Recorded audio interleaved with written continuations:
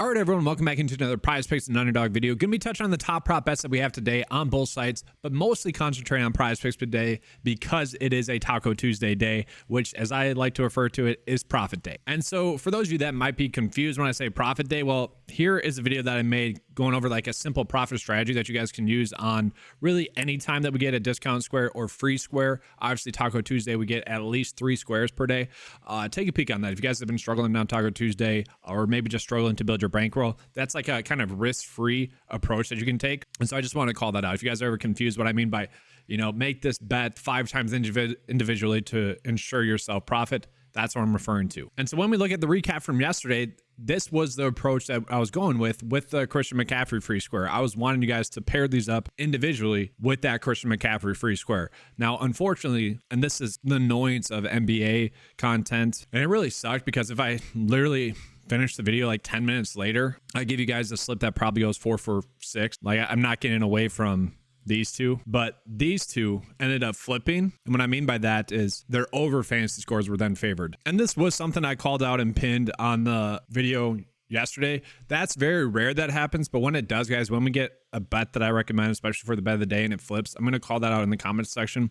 I did toss in a Brooke Lopez one that ended up hitting as well. The annoying part is that, I did this. I put this comment in there right after this video was uploaded. And then after I did that, I went to Twitter, and I like to post like a preview video to then redirect people to YouTube, and all but one of these prop bets hit. Obviously, the Denny one is the one that missed. So really, it was the timing of it that was extremely tilted. And I would have loved to have time to do a live stream yesterday. I just didn't. I mean, guys, that's actually partially why I do price the cheat sheet at $10 a month, is literally because the board changes all the time, and I can't just constantly be putting out more and more content, But the college basketball props on a whole did pretty well yesterday, as did the NBA props. So again, it was extremely tilting. Like, I had a pretty massive day yesterday, and it really sucks that I couldn't give you guys that out simply due to random timing of it. And that's why I'm doing this video a little bit later today, hoping that makes a difference. Now, that being said, this week my schedule is going to be a little bit different after today with Thanksgiving schedule and whatnot. I'll try to get content out to you guys. I'm not sure if I'll be able to get it out Friday and Saturday, and maybe I'll just post it on Twitter. But I do want to call this one felt like a bad beat to me because after I placed this bet, we got news that both Al Horford and Derek White were out, and then Tatum just went off. Now, he still probably would have went off, but that was a little tilting there. Now, that being said, again, if you guys had just use those prop bets that I recommended with the taco that we had, or I guess free square that we had with Christian McCaffrey, you probably still made out not well, with a slight profit. Do you want to call this one out? This is one that I said I was cheering for. The data really loved Patrick Mahomes, Jalen Hurts for under their fantasy score throughout the whole week. This was a bet that I made just using the top 6 prop bets on the 9-to-5 cheat sheet. That one hit. That was one I kind of mentioned in passing. And then also yesterday I did say, like, if you are placing these bets today, bet those on underdogs. So that did end up hitting. Again, just an extremely tilting day for me as a content creator, because literally right when I got done uploading, it's like, well, that sucked. But let's go ahead and get into today's slate. I'm going to start out with college basketball real quick. No, per se, like good EV bets right now. One, I guess 8.5 points for Joseph here. That's okay.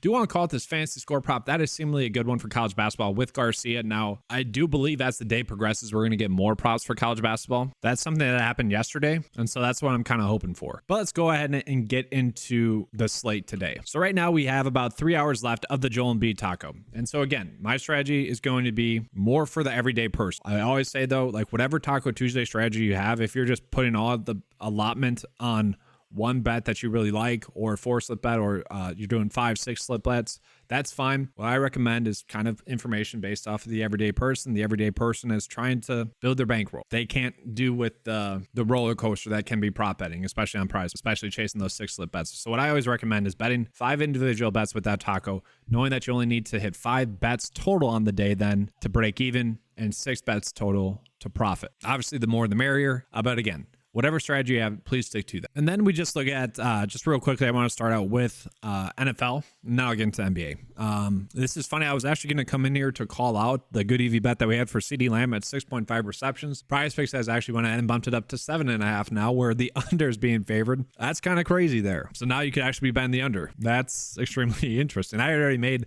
that over bet at 6.5. Again, that's going to be a good bet on underdog. By all means, go for that. Then just taking a quick peek at college football. Nothing too crazy EV-wise. Probably all a little bit too thin. Then we take a peek at the discrepancies here. Nothing too major. Again, like the receptions one for CeeDee Lamb, probably the biggest one. The total games here for tennis is kind of different. Now, With Underdog, it's slightly different calculation. So what this would be telling us is to bet the over on PrizePicks. Decent discrepancy line, but all in all, probably don't need to force that. So yes, let's go on again to NBA. I'll start off with the best bets here. And so right away, guys, we are getting a lot of under fantasy scores being favored, and that'll probably be the edge. Now I'll touch on those as we progress in this video. As you guys know, I like to do a game by game breakdown. So let's go ahead and get into that. And part of the reason why I like to do a game by game breakdown for NBA is a lot of times we don't know when the injury news is going to occur, who's going to sit. We can take guesses and I can prepare you guys for that. A good example of that was like Mark Williams yesterday was a guy that I was really chatting up. I thought he was going to have a really good game. He is someone that the data actually didn't like the under fantasy score. And I was all like, no, I'm betting the over there. It's a rare instance where looking at like per 36 production with certain players off the court. In this instance, it was Nick Richards off the court. We saw that Mark Williams should be in for a smash spot, and that's exactly what happened. And so that is a good example of why I like to go through this game preview, because when those prop bets are made available, we should be good to go. Now, again, I am doing this video a little bit later on in the day, so we should have a pretty full board. That is my hope. And so let's go on and get into it. We're going to start out with the Raptors versus the Magic game, a 1.5 point spread, 215 for the over and under. We can see Markelle Fultz currently listed as out. Wendell Carter currently listed as out. And I did actually start recording this video earlier today, and then I just decided, no, I'll wait. It's Taco Tuesday, I'll wait. And I'm glad I did. We got news that Thad Young is going to be out, and that might not be a big mover, but he was someone that was getting some minutes. And it might not be much, but like maybe someone like Precious gets 2 more minutes. And like Thad had been getting like 4 to 5 minutes when he was playing. So he wasn't playing a lot. Like, don't get me wrong, it was some minutes, not a lot at all. But like if we can get like 2 of those minutes to go to Precious instead, like that could be a big difference in terms of maybe a prop bet that we want to be on. For Orlando, that injury news is kind of significant, but at the same time, with Wendell Carter out, we have seen Goga kind of be a good fantasy score option. If he pops up again, I'd be fine getting to him. And we have seen Mo Wagner gain a decent amount of run as well. Guard-wise, though, it's tough to trust Jalen Suggs and also Cole Anthony with Gary Harris back. And Gary Harris had himself a pretty good game the last couple of games. So that's kind of the variable there. With their guards healthy, they like to spread the minutes around. So more likely than not, we're probably not going to get that many good props for Orlando. Now we'll go and take a peek. So yeah, right now we're not getting any really significantly good EV bets there for Orlando. We see Ben Charo for under 34.5 for a fantasy score, has almost a 54% likely to hit. That is okay. The projection data likes the over there though, so I'm probably staying away from that. And if you guys have ever been confused maybe by this tool and like how it operates, I'm coming out with a video for that tonight. So be on the lookout for that. From there, we see Jalen Suggs at 17.5 for over points, rebounds, and assists. All in all, I would expect him to have a better game, but we can't really bank on the minutes being for any of these guards. And so he has been playing pretty well. Not exactly a matchup that I'm too worried about, but it is a low over and under. I don't know. I probably just don't want to touch that. Again,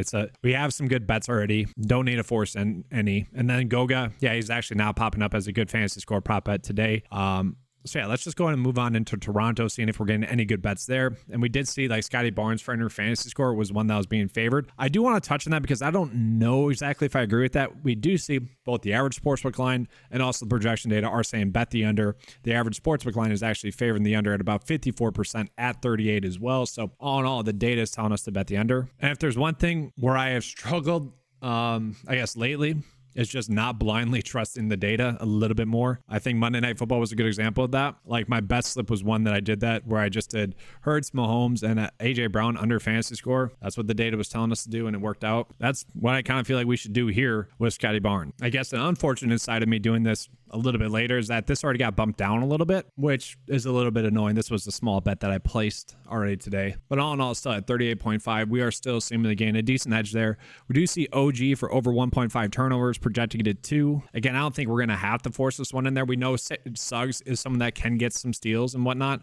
So, and we see OG is someone that can be prone to getting some turnovers. Is he going to get 1.5 though? 2 turnovers in this game? I don't know. I don't love betting on turnovers. I just don't. And then let's just move on to the next game. I feel like, again, we don't really need to force the bets because we have a lot of pretty good ones on the slate already. And so we go on again to the Pacers versus the Hawks, a almost 4-point spread, very high over and under 250. This is kind of the smash spot. This is the game that we probably should be stacking. I always say bet 5 individual bets with the tacos if you want to have a good profit in the long term. I might do a game stack here if we're getting some props that would tell us to be game stacking. Andrew Nembhard is currently a game time decision. that might not shift that much. And then looking at the Hawks, they're pretty healthy. So we should get a full board for those two teams. And so let's go ahead and start out with the Indiana Pacers. And so looking at right now, it does kind of suck. I was hoping we would get some bets that would make us want to attack this slate, make us want to do a game stack. And right now we're not getting that. I do want to call out this bet here for underdog, and we actually have a couple. So Obi Toppin for under 16.5 points, rebounds, and assists. That is a very good EV bet there on underdog. And then we also have kind of one for underdog at points for Tyrese Halliburton. Now, the caution that I would say with those two, I mean, we can see PrizePicks has bumped those down. My caution is that, yeah, this game is projected to be a higher scoring game. Like, there are going to need to be points there. With that being said, I guess there would be probably more turnovers. Miles Turner is someone that we can't exactly bank on getting a lot of minutes. And all in all, I hate that these all feel probably a little bit too thin for me. I was really hoping we'd be able to game stack this. And this is the only game right now where we currently aren't getting any fantasy score props because, well, they know that people would probably just blindly stack it, as they probably should. So with that, we take a peek at the props that we are getting for Atlanta. Again, probably don't need to force this in there with DeJounte Murray for under his 4.5 rebounds. I will say Jalen Johnson at over 7.5 rebounds, somewhat interesting. We can see that underdog has actually bumped it to 8. The projection data likes it more at 7.9. I mean, maybe a little bit too thin. Again, we always want to be attacking props that are going to have a 54% likelihood to hit. That is when we are gaining a good edge on PrizePicks and underdog. I will say though, he has been playing a little bit more minutes, especially in games that are close, and this is going to be a high scoring game. There's going to be a lot of shot attempts up. So all in all, I would expect him to get over 7.5 rebounds in this game. And on the season, we can see averages 7.9 as well. Like, as long as the game isn't a blowout and as long as it's somewhat how Vegas is projecting to go, we should be fine there. Sadly though, that's really all the best prop bets that we're getting in this game for 250 over and under. Probably a better day for DFS purposes. If you guys are someone that plays NBA DFS, be on the Occupy Fantasy YouTube channel at about 4:45 Central Standard Time tonight. I'll be on there covering the slate because this is seemingly a game DFS wise you probably want to attack. Right now, props wise, I don't feel like we're getting that much. So let's go ahead and pivot into the Cavs versus the Sixers. A 7.5 point spread on average, 7.7 to 18.5 for the over and under. Taking a peek at the injury report, Coro's out, Donovan Mitchell's out, Karis LeVert currently a game time decision, and I don't know if we're going to get a lot of props simply because of that. That is kind of a big news item.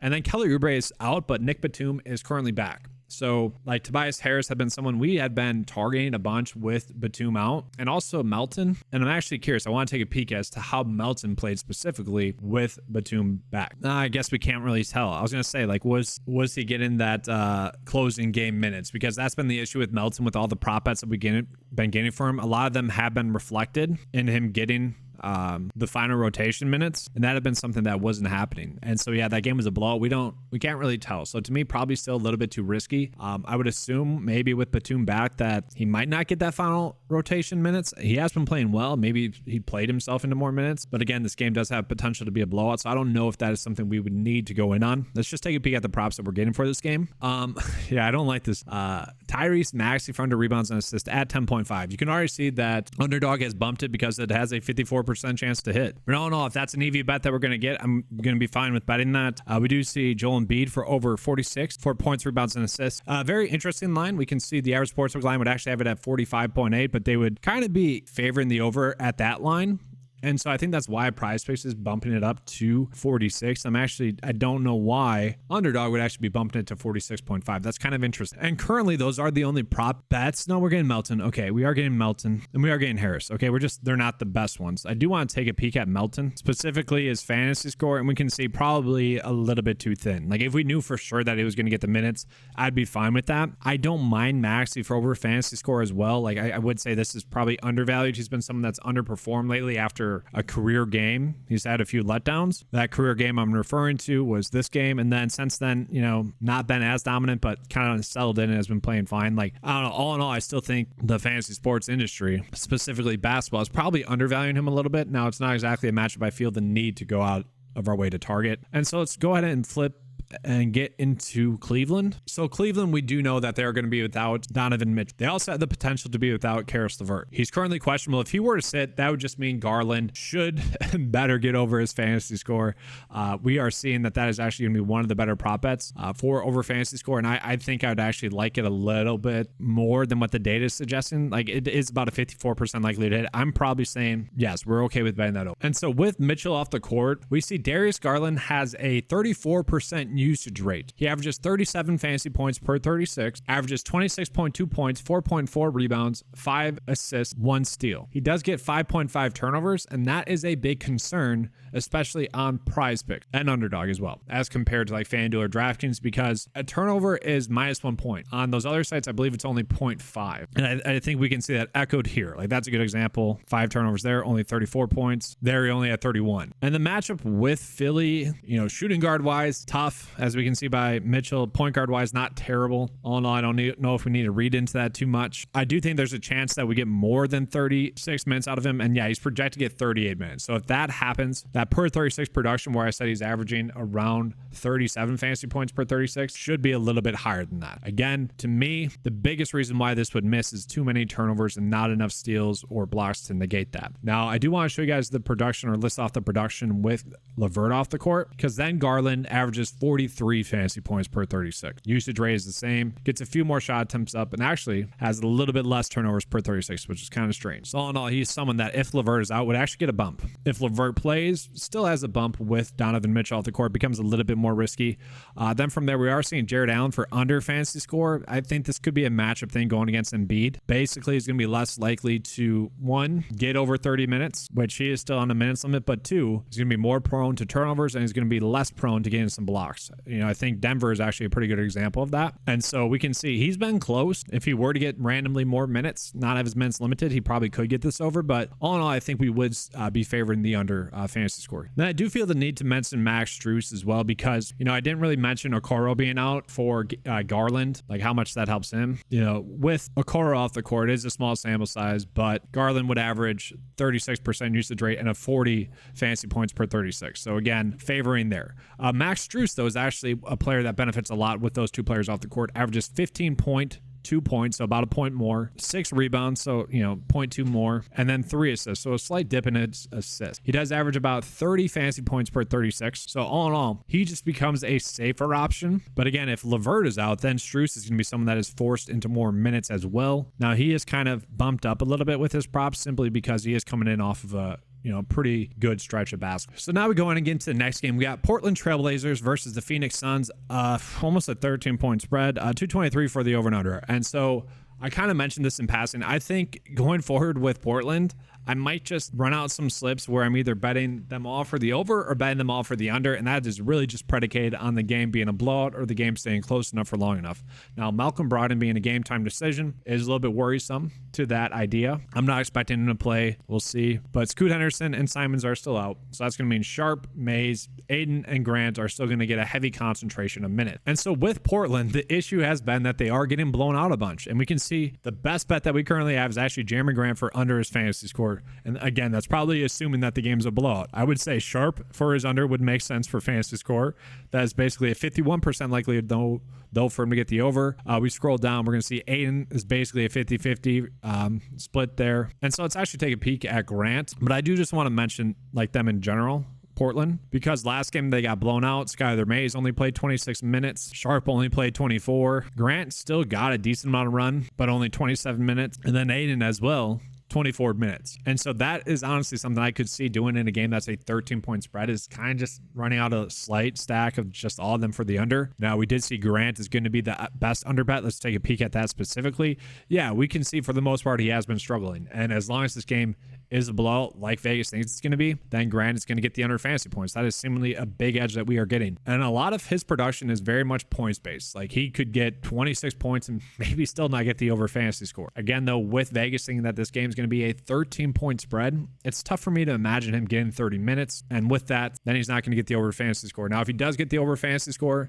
I think it's literally going to be because of him. He kept the game close because he was playing. That being said, I do want to pull up Sharp because yes, like I think that's the route to go with Portland. Now, the data is starting to kind of agree with that, but like I think there's something there to kind of just blindly bet them all for the under, especially in this matchup where it's supposed to be a blowout. Again, Grant's going to be the better one there. Let's go ahead and take a peek at Phoenix. That's really all for Portland that I want to touch on.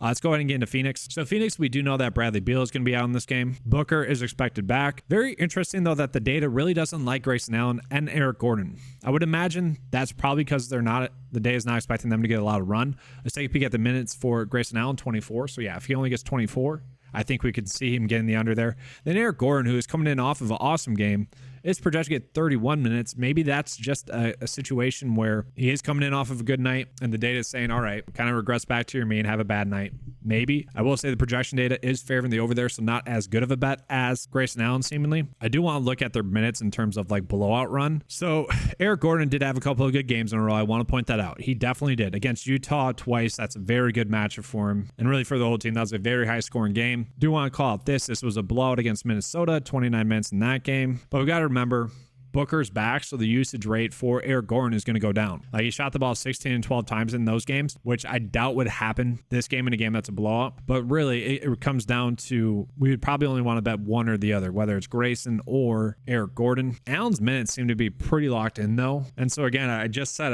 I need to start more blindly trusting the data. I don't know if I like these two. Like, honestly, like it makes sense for like Booker and KD and even Yusuf Nurk to not get minutes in a blowout, and probably Eric Gordon, but I think Grayson Allen would still get his minutes. But if it is a blowout, like one of those two are probably going to be part of the reason as to why. So I don't love that. And then we're also seeing these other bets. Like, these are all okay. I think this echoes probably why the data really likes Grayson Allen for the under. Points, rebounds, and assists at 17.5. It's also favoring the under, so it does make sense. There is some correlation there, but it does feel a little bit ugly there. Then let's move on into the last game of the slate. It is going to be the Utah Jazz versus the Los Angeles Lakers. So another pretty high scoring game, 240 or so, 238.5, 7.5 point spread in favor of the Lakers. Looking at the injury report, Walker Kessler still out. Guys, Anthony Davis and also LeBron James, I think they're just firmly going to be game time decisions every single slate so that they don't get in trouble when one of them does sit due to load management. And those two are two players I like DFS wise. So I'm very interested in where their props are, where their prop lines are, and kind of what the data. And I don't like this, but that is a very high fantasy score there for Anthony Davis and LeBron James. Darn it. I was hoping we'd be wanting to bet the over. So Anthony Davis, it's favoring the under at 53.5. Wonder if that's partially because of blowout risk. And he has been someone that has been prone to a lot of turnovers again. So like that is kind of negating what he does like blocks wise. Now, obviously, if he gets 8 blocks and steals, it doesn't really matter how many turnovers you're having. Like, it doesn't matter. That's like 24 points in just blocks and steals, right? Which very well could happen against Utah. They're not the biggest crew with Marketing and John Collins. Yeah, man, this is the tough part about NBA and kind of having a proper NBA knowledge. Like college basketball, I can just fire at the hip and just bet that, kind of just be fine blindly trusting it, knowing in the long term it'll pay off. This is where it hurts, because this is a matchup where AD should crush, as should LeBron. But maybe that's just it. Maybe there's blowout risk, and maybe they only get 23 minutes. But like LeBron has really been crushing when he crushes as well. It almost feels like we could bet both of them for the over or both of them for the under. But if we're doing that, you would think like Cam Reddish, we'd probably want to bet the over fantasy score then for him to get some more blowout run. Very interesting there. Let's see if we have any potential like run it back options with Utah. And we don't. Oh, frustrating. I mean, Okachai there we kind of have, but no, there's certainly a game script where with what the data thinks is going to happen. So Keontae George is someone that's been getting some pretty heavy minutes. I don't know if Vegas has really caught up to his role, because like he has been getting some heavy minutes. Again, this game could be a blowout, but he's a young player. Like I think he would get blowout run regardless. Oh, this sucks. This is painful. And we do see he's been consistently getting that over. So like, yeah, I really think the data is kind of saying, the sportsbook data that we're pulling in is really saying this game's going to be a blowout, and the players that have been getting minutes are not going to get those minutes. Thus, a lot of the unders are being favored. Man. So we see John Collins as well. He's been someone that has been crushing lately. I would probably favor his under here simply due to the matchup with AD. But again, he has been crushing as well. And then the one that we have for the over is Okachai here, who for the most part, if this game is a blowout, he should still get run. All that's fine. I don't know. I see this more as like yes, we can be betting the unders like the day suggests. But at the same time, I might just go like AD over fantasy score, hoping that the game stays close. Jordan Clarkson over fantasy score, LeBron over fantasy score. Potentially Marketing, I could pass up on that. Not touching D'Angelo Russell. Probably going John Collins over fantasy score. And then Keontae George still over fantasy score. Then I'll agree with the data with Okachai here and bet that over. And just hope that the game stays close enough for long enough. It is worth pointing out that Colin Sexton has also been getting some run. Has been shooting the basketball pretty well, coming in off that second unit. He's someone you could stack in there as well. So very annoying. And then just real quickly, guys, showing you guys the underdog side of it. I already called out a bunch of prop bets that we can go in on for underdog. These are all seemingly good ones as well. Do want to show you guys just real quick college basketball for underdog as well. And so just taking a peek at underdog, we are getting pretty much one easy bet college basketball wise, but let's go ahead and pull it in the prize pick side of it again. Again, we are trying to find the best bets for Taco Tuesday. We got a couple more fantasy score props, and I want to see if those are good edges. So yeah, Graham here for over fantasy score is a good one. Garcia was one that was actually a little bit better to start the day. Still not bad. And then we got McAllister for under 5.5 assists. That is a good EV bet that we got minus 143.